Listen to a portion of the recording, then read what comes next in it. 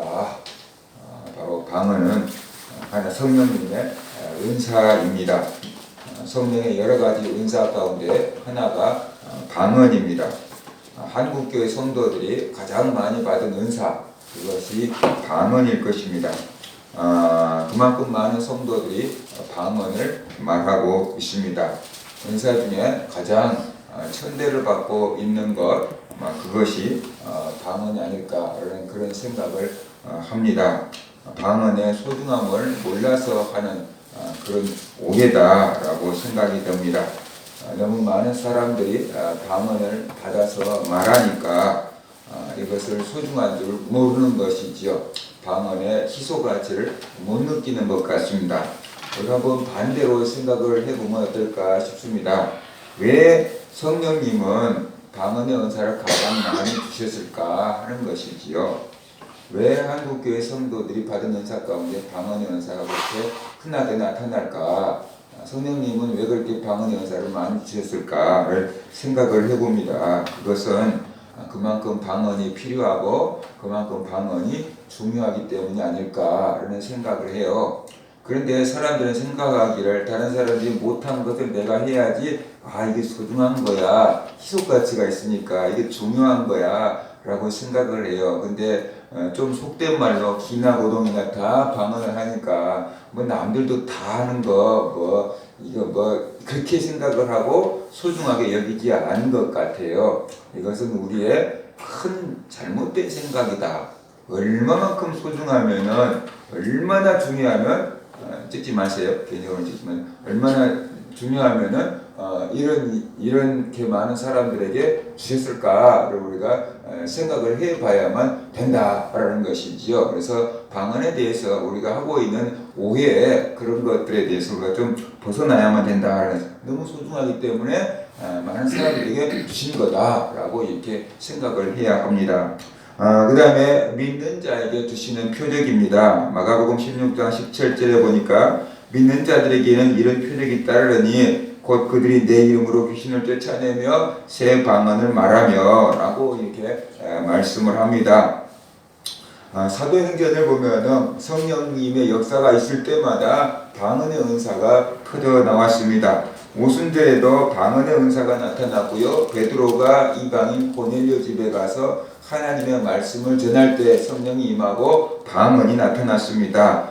또 바울이 에베소 교인들에게 너희가 믿을 때 성령을 받았느냐라고 물었더니 성령이 있음도 듣지 못했습니다. 바울이 안수하자 그 교회 성도들에게도 방언이 임하고 예언을 했다라고 성경은 말씀을 하고 있습니다. 그래서 바로 사도행전에 보면은 성령의 역사가 있는 곳마다 방언이라는 은사가 나타났다라는 것을 우리가 확인을 할 수가 있습니다. 그 다음에 하나님께 기도하는 영의 언어 따라해 봅시다. 영의 언어. 그게 방언입니다. 방언을 말하는 자는 사람에게 하지 아니하고 하나님께 하나니 이는 알아듣는 자가 없고 영으로 비밀을 말함이라 그랬어요. 왜 비밀을 말한다고 했을까요? 우리의 이성이 모르는 것을 간구하기 때문에 그렇습니다. 우리의 의식도 모르기 때문에 그래요. 그래서 우리 영혼에 필요한 것을 구하기 때문에 비밀을 구하는 거다라고 이렇게 표현을 하고 있습니다. 이 방언으로 기도하는 것은 나의 영이 하나님께 기도하는 것입니다. 나의 영이 하나님께 기도하는 것. 고린도전서 14장 14절에 보면은 내가 만일 방언으로 기도하면 나의 영이 기도하거니와, 뭐가 기도한다고요? 나의 영이 기도하거니와. 그 다음에 또 나의 영과 구분해서 이렇게 말합니다. 나의 마음은 열매를 맺지 못하리라. 그러니까 우리말로 하는 기도는 마음의 기도고 방언은 영의 기도다. 이렇게 지금 바울이 구분을 짓고 있어요. 우리말로 하는 기도는 이성적인 기도고 방언은 영적인 기도다라고 이렇게 말하고 있습니다. 마음이나 이성으로 하는 기도가 아니고 영으로 하는 기도, 우리 영이 하는 기도, 그게 방언이다라는 것이지요. 성령님이 말하게 하심을 따라서 말하는 것입니다. 사도행전 2장에 보면은 그들이 다 성령의 충만함을 받고 성령이 말하게 하심을 따라 다른 언어들로 말하기를 시작하니라. 분명히 성령이 말하게 하심을 따라 이렇게 말하고 있습니다. 사도행전에 나오는 방언은 성령이 말하게 하심을 따라서 제자들이 복음을 전하는 그런 언어였습니다. 자, 방언의 내용을 보면은 성경을 보면 방언의 내용이 두 가지로 구분돼요. 첫 번째는 복음을 전하는 내용입니다. 사도행전 2장 11절에 나오는 방언의 내용은 하나님의 큰 일을 말했다라고 이렇게 기록을 하고 있습니다. 오순절날 성령을 받은 사람들은 배우지도 않은 외국어로 복음을 전하기 시작했어요. 그래서 듣는 사람들은 다 자기 나라 말로 들었어요. 이때 방언은 이 복음을 전하기 위해서 하나님께서 특별하게 주신 그런 은사였던 거죠. 사람들이 알아먹을 수 있는 그런 외국어로 복음을 전한 것이죠. 선교 현장에서는 가끔씩 이런 기적이 있다라고 이렇게 듣기도 합니다. 그 다음에 두 번째는 고린도전서 12장 2절에 나오는 방언은 자기의 비밀을 하나님께 아뢰는 기도입니다. 영의 기도라는 거지요. 그러니까 영으로 우리가 하나님께 기도하는데 회개하기도 하고 간구하기도 하고 찬양하기도 하고 막 하나님의 말씀을 주장하고 외치기도 하고 막 그런 여러 가지 것들 방언의 기도라고 볼 수 있습니다. 그래서 우리가 지금 사용하고 있는 방언은 외국어적인 방언이 아니고 우리의 기도의 언어다. 영으로 하는 기도의 언어다라고 이렇게 이해를 하면은 될 것 같습니다. 꼭 방언을 말해야 할까요? 성령으로 거듭난 사람의 표가 방언이다라고 할 때가 있었어요. 그렇게 말하는 교단들이 있었어요. 그런데 그런 것은 잘못된 거지요. 고린도전서 12장 4절에 보면은 은사는 여러 가지나 성령은 같고라고 이렇게 말하고 있고요. 고린도전서 12장 12절을 보면은 몸은 하나인데 많은 지체가 있고라고 이렇게 말씀하고 있고요. 고린도전서 12장 30절에 보면은 다 방언을 말하는 자겠느냐라고 이렇게 말하고 있어요. 이러한 성경 구절을 보면은 다 방언을 말해야 되는 것은 아니다라는 뜻이에요. 방언을 못할 수도 있다라는 뜻이에요. 그러니까 다 방언을 해야 한다는 강박관념에서는 벗어나야 합니다. 은사는 하나님의 몸된 교회를 세우라고 성령님께서 자기 뜻대로 나눠주시는 것입니다. 교회에는 방언을 말하는 사람도 필요하고 병을 고치는 사람도 필요하고 예언하는 사람도 필요하고 가르치는 사람도 필요하고 찬양하는 사람도 필요하고 다스리는 사람도 필요한 거죠. 그래서 여러 가지 목사와 교사와 권사와 장로의 여러 가지 직분을 세우는 것이죠. 그 여러 가지 직분을 감당하기 위해서 필요한 은사들이 있고 그런 은사들을 나눠주시는 것입니다. 그러니까 교회는 여러 가지 은사가 종합 예수를 이루는 곳이 교회가 되어야 되는 거지 모두 다 방언만 해가지고는 그러면은 다르게 봉사하는 사람들이 또 필요하게 되기 때문에 모두가 다 방언을 말해야만 되는 것은 아니다. 그래서 우리가 알아야만 되는 것이지요. 그래서 모든 사람들이 다 방언을 말해야 한다라는 그런 잘못된 생각에서는 우리가 벗어나야 합니다. 내가 방언을 못한다고 해서 부끄러워할 필요도 없습니다. 또 방언을 하지 못한다고 해서 내가 거듭나지 못한 성도가 아닌가, 나 구원받지 못한 성도가 아닌가 그렇게 오해하고 착각할 필요도 없습니다. 예수님이 구수의 주임을 믿는 자라면 다 거듭난 하나님의 자녀다라는 것을 우리가 알아야 합니다. 방언이나 은사로 믿음을 판단하면 안 돼요. 방언을 못하는 성도는 믿음이 약한 성도고 방언을 하는 사람은 믿음이 좋은 성도라고 생각하면 안 돼요. 내가 방언을 말하니까 방언 못한 사람보다 믿음이 좋다라고 착각하면 안 돼요. 방언과 믿음은 상관이 없어요. 은사와 믿음은 다른 거예요. 은사는 하나님이 그냥 값없이 주는 선물이에요. 그러니까 지금 교회 왔는데도 은사를 받아버릴 수 있어요.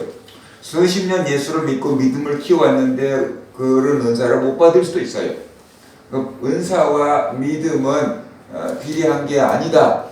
은사와 믿음은 꼭 이렇게 같이 가는 것은 아니다 라는 것을 우리가 분명하게 알 필요가 있어요. 그래서 은사가 많은 사람들은 믿음이 좋은 사람이고 은사가 없는 사람들은 믿음이 약한 것처럼 사람들이 오해를 해요. 근데 그거 아니에요. 은사가 많은데도 믿음이 썩 좋지 않을 수 있어요. 은사가 많은데도 시험이 오면 견디지 못하고 쓰러질 수 있어요. 근데 눈에 띄는 은사가 없는 것 같은데 아무리 어려움이 오고 핍박이 오고 그래도 견뎌내는 사람이 있어요. 그건 믿음인 거예요. 그래서 은사와 믿음을 혼동해요. 한국교회 성도들이. 은사를 많이 받으면은 믿음이 좋은 것으로 막 부러워하고, 은사가 많이 안 나타나면 내 믿음이 약한 거라고 착각을 해요. 근데 그거 절대 아니다. 은사와 믿음을 착각하지 마라. 은사는 이제 교회 온 사람도 받을 수 있다. 근데 믿음은 이제 교회 와갖고 믿음이 막 자란 건 아니잖아요. 믿음은 환난과 또 여러 가지 고난과 어려운 환경 속에서 조금씩 자라가는 것이다. 그런 것을 우리가 알아야만 된다라는 것입니다. 그래서 방언을 가지고, 은사를 가지고 성도들의 믿음을 평가하지 마라라는 것입니다. 그것은 일하기 위해서 주신 은사이기 때문에 그런 쪽으로 봉사하도록 해야만 되는 것이지, 그것이 믿음이다라고 이렇게 생각하면은 안 되는 거다. 그래서 우리가 알아야 돼요. 제 생각에는 우리 교회 성도들이 은사를 많이 받아서 그 은사가 필요한 부분에서 섬기고 봉사하고 그랬으면 좋겠어요. 그런 교회가 만들어졌으면 좋겠어요. 우리 교회 성도들 환자들이 온다 그러면 제가 이게 병을 잘 고치는 그런 은사를 받은 성도들을 가서 기도해 주세요. 그분들이 가서 그냥 기도해서 고쳐버리고, 귀신들이 사람이 왔어요. 그러면 그걸 할 수 있는 성도들 가서 쫓아주고 오세요. 그러면 그냥 성도들이 가서 그냥 쫓아줘 버리고 나한테까지 올 일이 없었으면 참 좋겠어요. 나도 좀 편하고, 그죠? 혼자서 할 수 없잖아요. 그러니까 우리 성도들이 그렇게 은사를 받아서 그렇게 하기를 소망해요. 그런 교회가 됐으면 좋겠어요. 그런 교회가 되기를 기도해요. 그래서 이런 집회를 하는 거예요. 그러니까 우리 성도들이 은혜를 받아서, 은사를 받아서 그 은사가 필요한 부분에서 섬기고 봉사하라는 것이지요. 그것이 곧 믿음 아니다라는 것을 우리가 좀 분명하게 구분해서 우리가 받은 은혜를 감사하고 그 은사를 잘 사용할 수 있기를 바랍니다. 방언을 못해도 다른 은사는 있을 수 있잖아요. 그렇죠? 그래서 하나님이 내게 주신 은사가 무엇인가를 찾아보고 그 은사를 가지고 하나님을 섬기고 교회를 섬기고 성도들을 돕고 그렇게 되어야만 된다는 것입니다. 자, 지금 방언의 유익을 한번 살펴보면요, 이 방언을 말하는 자는 자기의 덕을 세우고라고 고린도전서 14장 4절에서 말씀하고 있어요. 방언을 하면 그래도 유익한 게 있어요.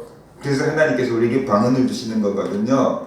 그래서 방언을 할 때 오는 유익이 뭐냐라는 거지요. 방언을 하면은 자기에게 도움이 된다. 누구에게 도움이 된다요? 자기에게 도움이 된다라는 것이에요. 방언을 기도하는 은사예요. 그래서 방언을 받으면 기도하는 능력이 생겨요. 좀 더 깊이 있게 기도할 수 있고, 확신을 가지고 기도할 수 있고, 좀 더 오랜 시간을 기도할 수 있게 돼요. 믿음의 확신이 생겨요. 그렇기 때문에 방언은 자기에게 도움이 된다라고 이렇게 말씀을 합니다. 성경에 굉장히 많은 은사가 기록이 되어 있어요. 그런데 그 은사들의 한결같은 것은 뭐냐면 교회의 덕을 세우라고 그렇게 되어 있어요. 그게 뭐냐면 교회에 유익을 끼치고 교회에 도움을 주는 은사예요. 그런데 딱 자기에게 도움이 되는 은사가 딱 하나 있는데 그것이 방언이에요. 방언을 말하는 자기에게 도움이 되는 은사는 방언밖에 없어요. 다른 모든 은사는 나를 위해 준 게 아니에요. 방언 통역, 예언, 병고침, 능력 뭐 이런 거 나를 위해 준 게 아니에요. 교회를 위해서, 성도를 위해서 사용하라고 주신 거예요. 근데 나를 위해서 주신 것은 뭐밖에 없다고요? 방언밖에 없다는 거예요. 그래서 방언은 바로 방언하는 사람 나의 유익을 위해서 주신 거예요. 그 은사가 유일해요. 이거밖에 없어요. 나를 위해서 주신 것은. 나를 위해서 쓰라고 주신 것은 이거밖에 없어요. 그러니까 중요할까요? 안 중요할까요? 내가 먼저 살아야 되잖아요. 내가 먼저 은혜 받아야 되잖아요. 이것이 굉장히 중요한 건데 사람들이 이것을 모르고 하찮게 취급을 하고 있는 거다. 그래서 우리가 알아야만 되는 것입니다. 그래서 바울은 우리가 다 방언 말하기를 원한다라고 했어요. 또 바울은 다른 사람보다 바울이 방언을 더 많이 말함으로 하나님께 감사한다 그랬고요. 방언을 말하기를 금하지 말라라고 이렇게 말씀을 했습니다. 방언은 사람의 기도하는데 큰 유익을 줍니다. 그러니까 바로 이게 나에게 큰 유익을 준다 그런 것을 깨닫고 우리가 방언에 사용해야 되고 또 방언을 받을 수 있도록 기도해 봐야 되는 것입니다. 방언은 영의 기도를 하게 합니다. 영적인 기도를 하게 해요. 믿음이 어린 사람이 와서 기도하면은 기도하는 게 딱 정해져 있어요. 뭐 건강하게 해주세요. 뭐 하는 거 잘 되게 해주세요. 뭐 이런 성적인 기도만 해요. 근데 믿음이 좀 잘하면은 이제 거기에 영적인 기도가 섞여요. 뭐 그냥 건강하게 해주세요. 뭐 돈 잘 벌게 해주세요. 이런 기도도 하다가 우리 목사님도 또 그냥 건강하게 해주세요라고 또 기도할 때 은혜 받게 해주세요. 이런 믿음의 기도와 영의 기도가 이제 섞여서 나와요. 그럼에도 불구하고 우리가 영적인 기도를 많이 할까요? 성적인 기도를 많이 할까요? 성적인 기도를 하면 간절히 이게 성적인 기도를 훨씬 많이 해요. 그런데 방언은 영적인 기도를 하게 되는 거예요. 방언은 영적인 기도를 하게 되는 거예요. 사람들은 영적인 필요를 잘 못 느끼고 육체적인 필요는 금방 느껴요. 그치요? 그래서 육체적인 건, 성적인 것은 막 기도하는데 영적인 것은 필요를 못 느끼니까 잘 안 구해요. 그런데 방언은 우리 영의 필요를 알고 그것을 위해서 하나님께 기도한다라는 거예요. 나도 기도 안 하는 것을 내 영이 기도하고 있다는 거예요. 이게 얼마나 놀라운 일이고 얼마나 감사한 일인가 우리가 생각을 해야 되는 거예요. 우리의 영을 가장 잘하는 것은 우리의 사정을 가장 잘하는 것은 우리 영이에요. 그런데 그 영이 우리에게 필요한 것을 기도한다라는 것입니다. 그래서 방언은 우리 영을 위한 기도고 우리 영혼에 필요한 기도입니다. 하나님 보시기에 합당한 기도를 하게 하는 것이고 우리의 영적인 생활에 유익을 줍니다. 이런 면에서 방언은 우리에게 굉장히 유익한 거다라는 것을 우리가 알아야만 되는 것이죠. 마음의 기도는 내 마음의 소원을 하나님께 아뢰는 거예요. 그런데 방언은 내 영의 소원을 하나님께 아뢰는 거예요. 믿음이 좋은 사람은 내 마음의 기도와 영의 기도가 상당히 많은 부분에 일치할 수 있어요. 근데 믿음이 어린 사람일수록 영의 기도와 육의 기도가 마음의 기도가 완전히 다른 길로 갈 수 있어요. 혼자서 기도하려면 늘 성적인 것만 기도하는 거예요. 근데 방언을 하면 완전히 영적인 것을 기도를 하게 되니까 우리의 부족함을 메꿔주는 그런 기도를 하게 된다는 것을 우리가 알아야만 되는 것이죠. 그래서 나도 모르는 내 영의 소원을 하나님께 아뢰는 것이 방언이다. 그래서 하나님 보시기에 내가 영적으로 움직일 수 있도록 하는 것이 방언이다 라는 것을 깨닫고 내가 이런 영적인 것을 방언으로 기도하고 있구나 라는 것을 우리가 알아야 되는 것입니다. 이 방언은 하나님의 주신 귀한 선물입니다. 그런데 조금 아쉬운 점이 있어요. 하나님이 주신 것은 완전히 해야 될 건데 우리가 생각하잖아요. 그런데 이게 좀 아쉬운 면이 있어요. 문제가 뭐냐면 방언하면서도 내가 무슨 기도를 하고 있는지 모른다라는 거예요. 그렇죠? 그래서 내 영이 지금 기도를 하는데 내 영이 무엇을 기도하고 있는지 내가 못 깨달아. 그래서 마음의 열매를 맺지 못한다라고 바울은 말하고 있어요. 방언의 기도와 상관없이 우리는 살아가고 있어요. 영의 소원을 모르니까 육체적인 것만 구하면서 살아가고 있어요. 방언의 뜻을 알게 된다 그러면 영적으로 훨씬 더 많은 유익을 얻게 된다는 거죠. 그래서 이런 아쉬움을 해결하려고 그러면 어떻게 해야 되는가? 성경에서 우리에게 얘기하고 있는 게 두 가지예요. 하나는 바울이 이렇게 말했어요. 내가 만일 방언으로 기도하면 나의 영이 기도하거니와 나의 마음은 열매를 맺지 못하리라. 그러면 어떻게 할까? 이 방법을 바울이 얘기하고 있는 거예요. 어떻게 하면 내가 영으로 기도한 걸 마음으로 열매를 맺을 수 있을까? 그 방법인데 내가 영으로 기도하고 그러니까 이 소리는 뭐냐면 내가 방언으로 기도하고 또 마음으로 기도하며 방언으로 기도하고 마음으로도 기도하라는 거예요. 그게 어떻게 되는지 알잖아요. 그렇죠? 우리가 입으로는 방언을 하지만 마음속에서는 또 우리 생각으로 막 기도하잖아요. 이걸 병행해라는 뜻이에요. 내가 영으로 기도하고 또 마음으로 기도하며 내가 영으로 찬송하고 마음으로 찬송하리라.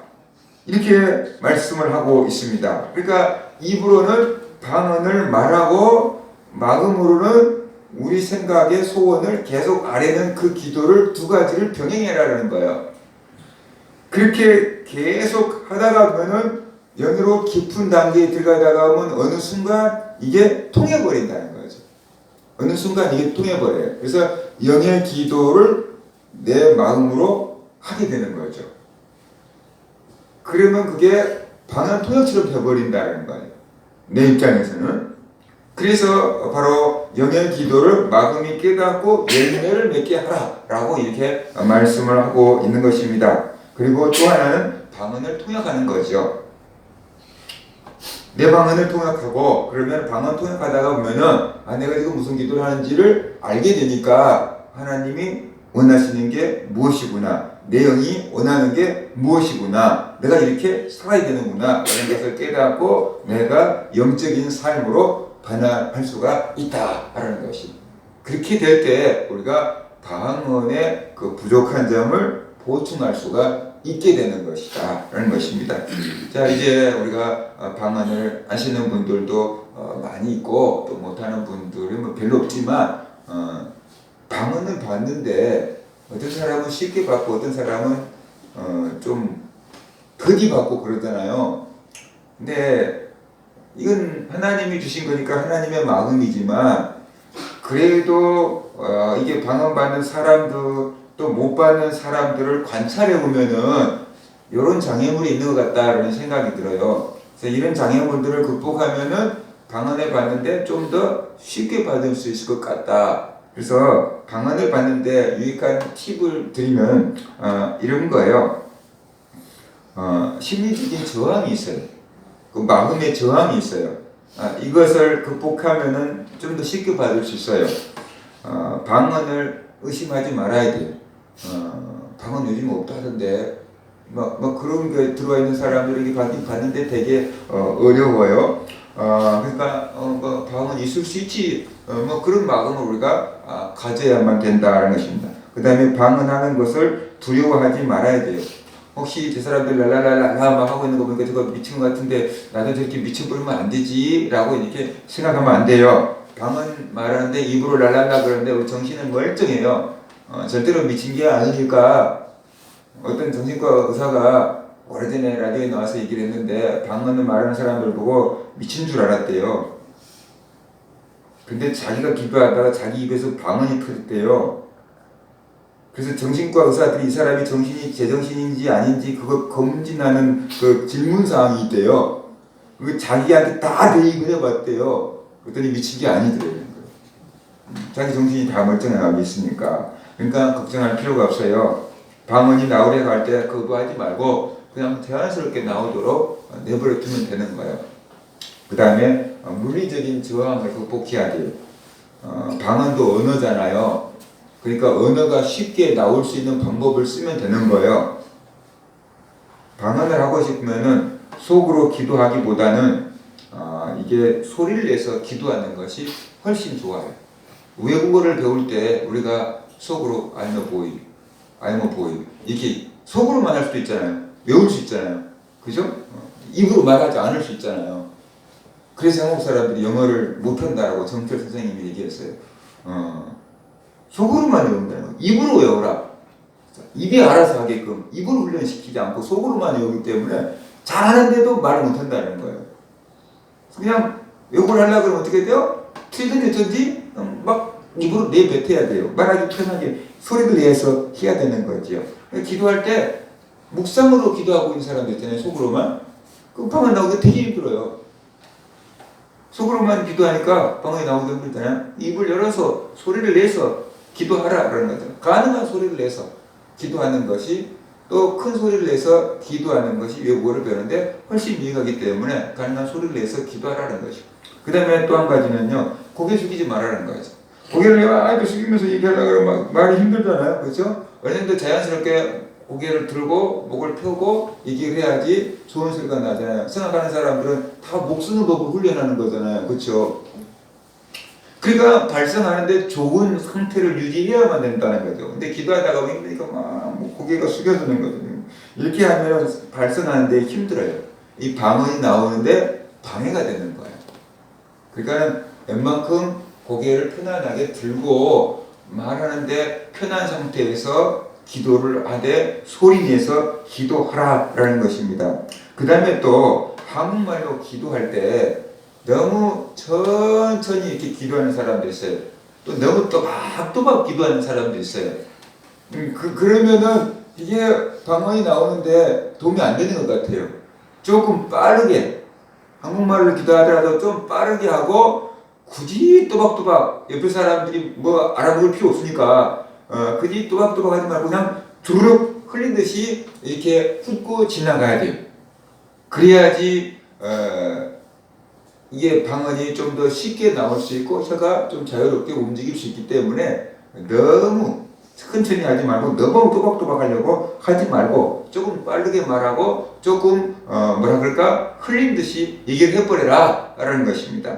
그 다음에 너무 혀에 신경 쓰지 마라 라는 것이죠. 자기 의지와 상관없이 입에서 이상한 말이 나와야지 방언이라고 생각하는 사람도 있어요. 의지가 굉장히 강한 사람도 있어요. 그런 사람들은 다른 사람들이 방언하는 것을 보고 이게 의심이 돼요. 지가 하고 싶어서 그런 거 아니에요? 이렇게 흉내내는 거 아니에요? 이런 생각을 해요. 그래서 자기는 절대로 안 속겠다라고 굳게 다짐을 해요. 그래서 내가 정말 입을 꽉 다물고 있어도 강압적으로 나 입에서 이상한 말이 나와야지 그것이 하나님 주신 거다라고 믿겠습니다라고 생각하는 사람도 있어요. 그래서 어디 한번 할당을 해봐. 그러면서 이를 딱 안 다물고 이렇게 하나님의 강권적인 역사를 기다리면서 방언하기를 기다리고 있는 사람도 있어요. 하나님은 인격적이신 분이에요. 그래서 우리가 하나님을 환영하고 믿고 받아들여야지 되는 거지 의심하고 그러면 강권적으로 역사하는 일은 그렇게 흔하지가 않다라는 것을 우리가 알아야 돼요. 성령님께서 우리를 다스릴 수 있도록 우리의 힘을 많이 빼면 뺄수록 쉬운 거다. 우리의 힘을 많이 빼면 뺄수록 쉬운 거다라는 것을 우리가 알아야만 되는 것이에요. 그래서 방언이 나오나 안 나오나 기도하면서 하나님 방언 주세요. 그러면서 기도하면서 입이나 혀에다가 너무 신경을 곤두세우는 사람도 있어요. 그래서 혀가 꼬부라지나 안 꼬부라지나 이게 신경을 쓰면서 방언이 나오나 안 나오나 여기 신경 쓰면서 기도를 못하는 거예요.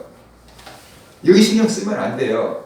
그냥 방언을 주세요. 그거 기도하면서 내 할 기도를 그냥 계속 하고 그러면 되는 거예요. 근데 혀에다가 신경을 쓰다가 보니까 정말로 성령님께 집중을 못하게 되는 것이지요. 그래서 혀가 꼬부라지나 안 꼬부라지나 이거 신경 쓰지 말고 방언을 주세요. 기도하고 내 할 기도 그냥 계속 해 나가버리라 라는 거예요. 여기에 집중하면서 기도를 못하는 거예요. 사실 여기다가 신경을 쓰면서 기도를 못하니까 성령님의 역사를 경험할 수가 없는 거예요.